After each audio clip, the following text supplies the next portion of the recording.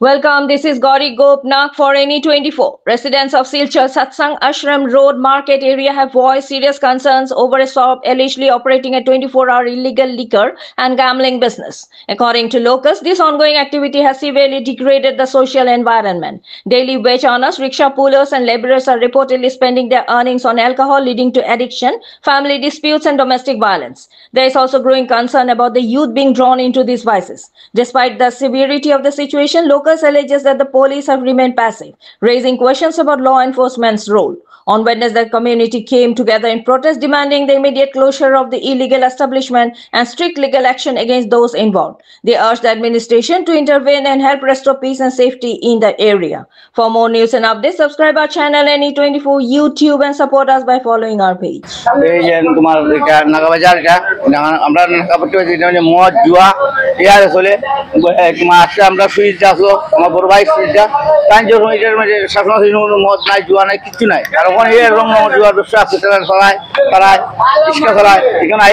जुआ के लिए जुआ मत आशा घर चाल लाइल बच्चा आशा करवा हाँ এটা লাগে আমি পুলিশের কাছে দাবিদার আমাদের তারার কথা কইলে তারা কথা কইলে কনবো টাকা দেয় ওসিরে টাকা দেয় তার টাকা দিয়ে বেতন পুলিশের বলে না আর ইমন তো মা কইছে এটা কই যে এটা না হইব লাগে এটা আর এই ব্যবসা হ্যাঁ এটা বুঝো না এটা আমরা চাই এটা দাবিদার আমার সুবিধা আছে আমরা আমার বড় ভাই আমি সুবিধা বিচারটা দিছি সুবিধা হয়েছে ভাই আমি দিতাম না ঠিক আছে তুই একটা কাম কর তুই তো টানা যা লাগলে বিটিং করে নিউজটা দিয়ে আমি আমার দাবি কি মানে দাবি এটা জুয়া বন্ধু তো তারা গরিব মানুষ একটা যাও একটা যাও না তার দিন মজুর মানুষ তারা আজকে কাজ করিয়া